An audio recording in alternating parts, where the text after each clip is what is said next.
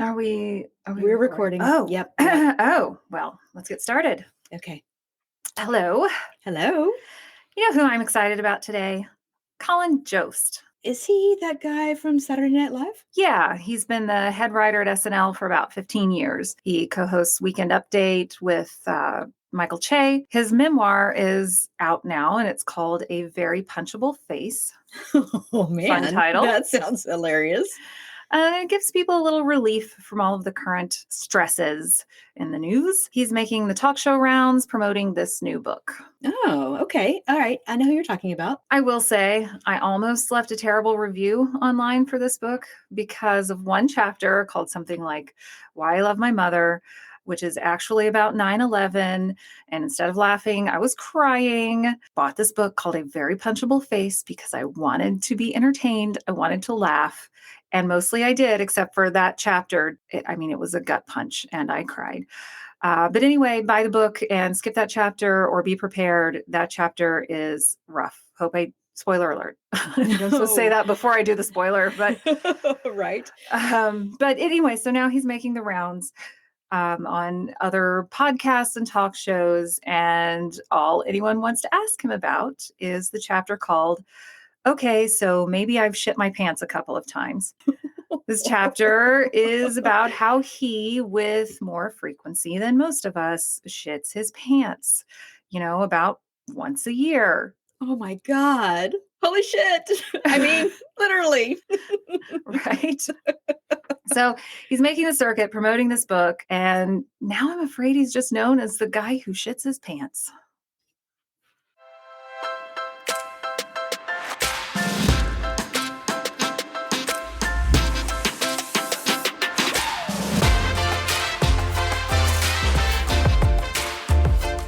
You're listening to Weirdly Human. Hello, everyone, and welcome back to Weirdly Human, the podcast where we talk about those weird little things that make us all human. Today, we're diving into embarrassment. First of all, let's talk about the difference between embarrassment and shame, which, of course, means we need to bring in my favorite shame researcher, Brene Brown. I think Brene would say that embarrassment means I've done something wrong, whereas shame means I am wrong. Right. So embarrassment is temporary, where shame is insidious. The fact that Colin has put this information about shitting his pants in his book, is he embarrassed about this? I mean, clearly not. He put it in his book. Well, okay, you're right there. He did put it in the book, but I think he is embarrassed. I mean, he begins the chapter with this big disclaimer to his parents and his grandparents, even old girlfriends, which may have witnessed one of these incidents, and to his fiance that they should not read this chapter and just move along. By the way, his fiance, meaning Scarlett fucking Johansson. So he probably is embarrassed, yes, but ashamed, no. I would actually ask him, but I wasn't able to get him to come on the show. So now I'm wondering, is embarrassment weirdly human? Great question. So Charles Darwin would say yes. His theory claimed that shame and embarrassment were uniquely human aspects, since no other animal has the physiological ability to blush. Well, I don't always blush when I'm embarrassed, and I can certainly feel embarrassed without blushing. And sometimes if I have too much wine, I blush. And then the next day, I'm often embarrassed about things that happened when I drank too much wine. True. But I hear you. Oh my gosh. I'm completely the opposite. My face will flush at the drop of a hat or a mild breeze. When I'm embarrassed, everyone knows it because my face is bright red.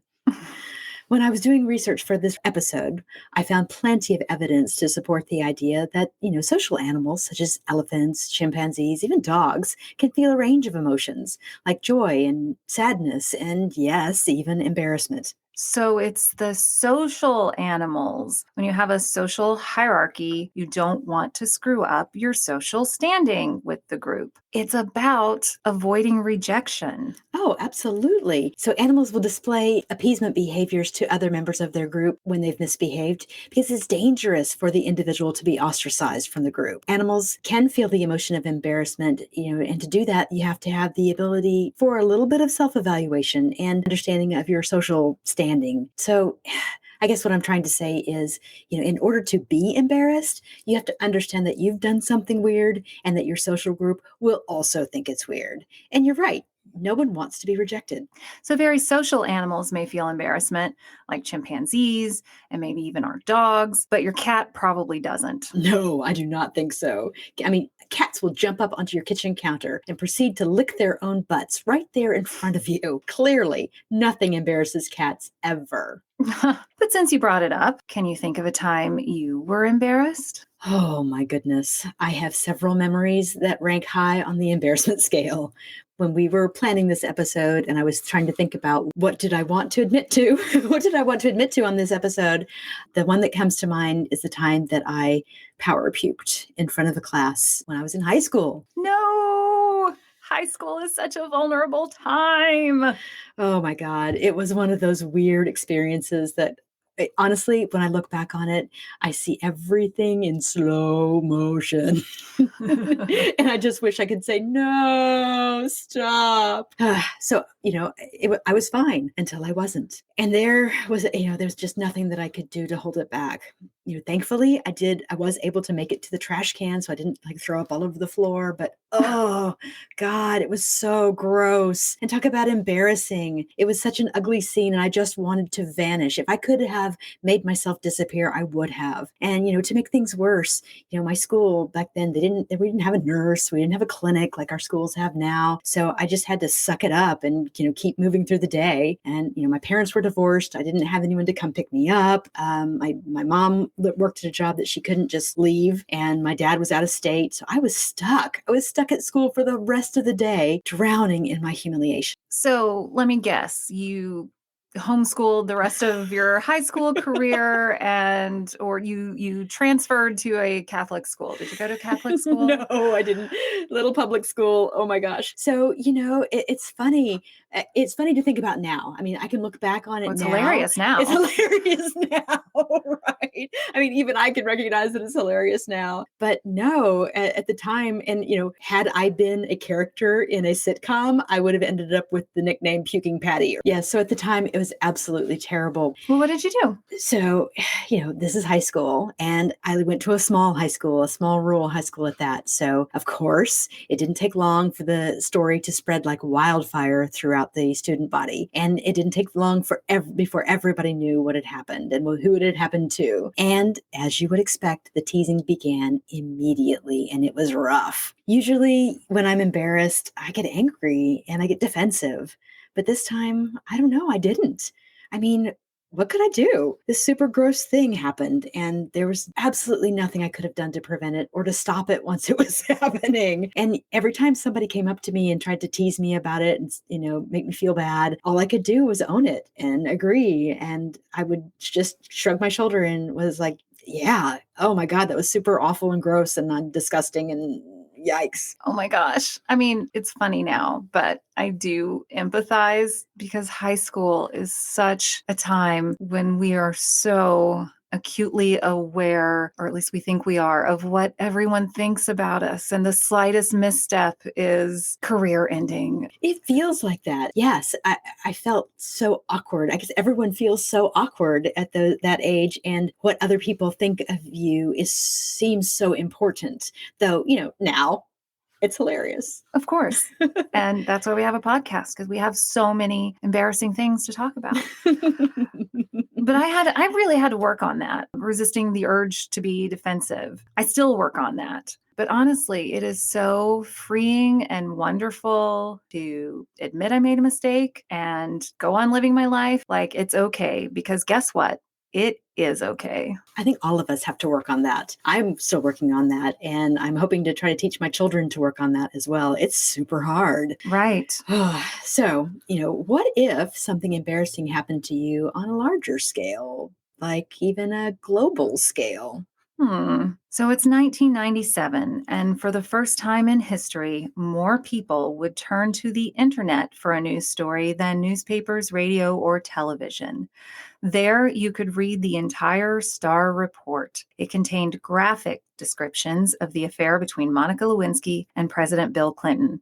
It talks about the semen-stained blue dress, about penetration with a cigar, but probably most embarrassingly, it details repeated oral sex from Miss Lewinsky on the president, followed by a very public rejection. Oh my God, I remember that. I remember it well. It was an epic scandal. I'm only a few years older than Monica is. And at that time, God, I remember thinking how shitty it was for the world to blame and demonize her. She was only 22 years old at the time and an unpaid intern at the White House.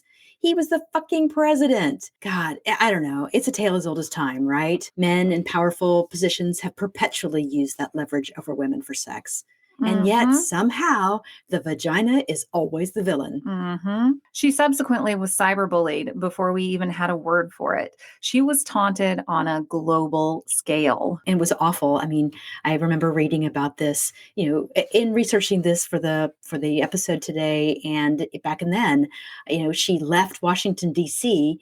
to live in New York City, hoping for just a little bit of anonymity, but her face was all over the internet. She was the butt of terrible jokes made by talk show hosts. There was no getting away from it. So fast forward 20 years. Fast forward 20 years, and her resilience absolutely astounds me. She did a TED Talk in 2015 that was titled The Price of Shame. And not only has she survived, but she's chosen to lean in and own it. In her talk, she makes this great joke about being 41 and getting hit on by a 27-year-old man. And what was his pickup line? That he could make her feel 22 again. Oh. And she did not even miss a beat in this talk. And she went on to say that she is likely the only 41-year-old woman that doesn't want to be 22 again, which made the entire audience laugh out loud. She has emerged from this trauma with such grace and dignity. Yes, but it took her years to get to this place. But she's now the first to make the joke, and that gives her a sort of immunity from jokes about her. For example, on Twitter, when everyone was doing the I have a joke and so the humor comes. I love those. Right. Those So are the great. humor comes from the explanation of why the joke won't be revealed, as in, I have a prune joke, but it's kind of dated. Or I have a Star Wars joke, but it's kind of forced. So someone tweeted, I have a Charles Manson joke and it kills. I know, I saw it. So she replied, I have an intern joke and it never mind. I remember I was on Twitter and I actually saw that. I saw that pop up and I laughed out loud. Oh my God, it was so funny. It's a great joke too, because we all know where it should have Where gone. it should have gone. And it didn't. She stopped. Right. She didn't have to. Right. Or on Twitter when comedian Sarah Cooper tweeted, my advice to the younger generation, make your mistakes now, because by the time you're 40, you'll barely even remember them. And then you get to make the same mistakes all over again. It's really fun. Lewinsky then retweeted that advice, adding a one-word caption that spoke volumes. Oh my God, Monica is hysterically funny on Twitter, and the Twitter universe loves her for it. I love her for it. I love her for it. Oh God, for any of our listeners who don't already follow Monica on Twitter, you are missing out. She's fantastic. Like I said, I was on Twitter. I actually saw when that happened, when she responded to the Charles Manson joke with the intern joke. And I also saw Mia Farrow retweet to the intern joke and adding the comment, Monica Lewinsky wins the internet. And oh my God, I agree. She does. She wins the internet now. Your homework, listeners, is just to Google Monica Lewinsky's best tweets and take a look. You will not be disappointed. And to help you out with this, we're going to leave you some fun links in the show notes for this episode at weirdlyhumanpodcast.com. Spoiler alert, her best tweets are the tweets where she calls attention to the most embarrassing time of her life. And the public loves her for it. Vogue described her as God's gift to Twitter. Oh God, she is. I agree. BuzzFeed called her the queen of Twitter.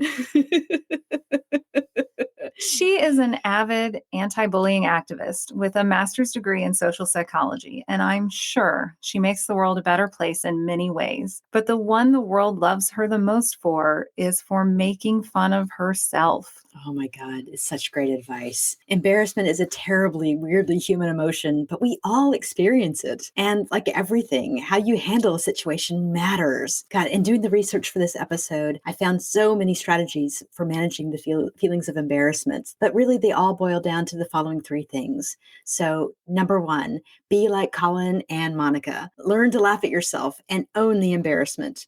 Doing this not only makes you more likable, but it also makes you look more trustworthy in the eyes of others. And I can attest to that. I looked into this strategy with my vomit experience, and it worked. After a few days, the razzing really cooled off, even in a small rural high school.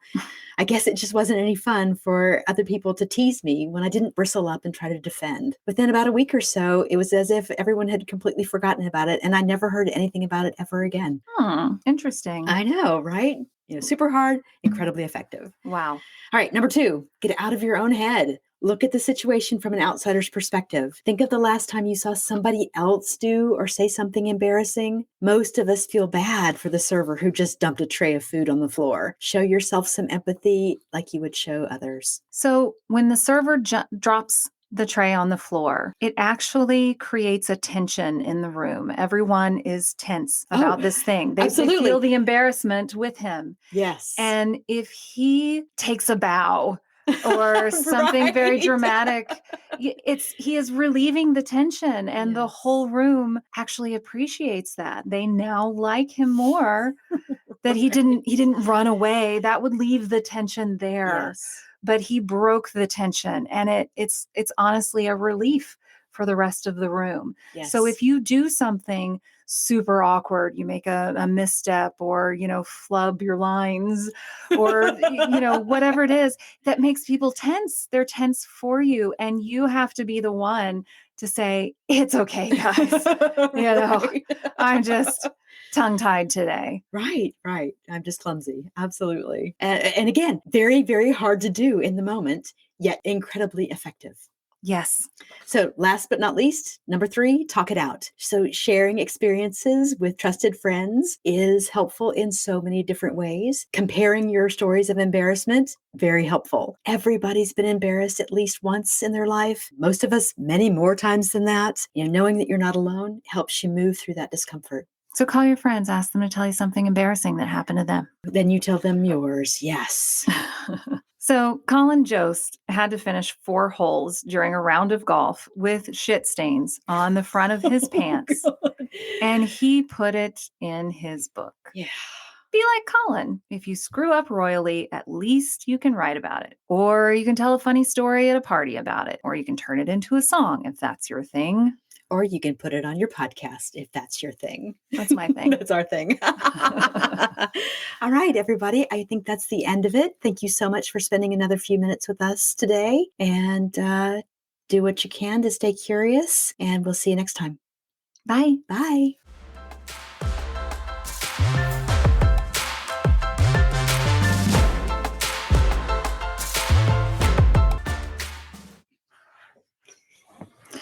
The problem with the screen, I can't see it with my microphone like this. Okay. Yeah, that doesn't work. That's and I not left okay. my glasses downstairs too. Your glasses are on your head. Oh. Reach up. There you go. There you go. Is that the classic old lady move? It is. Okay. But I wasn't going to point that out, but since you brought it up. All right. Oh, look at that. These words are so clear now. Good seeing. Huh.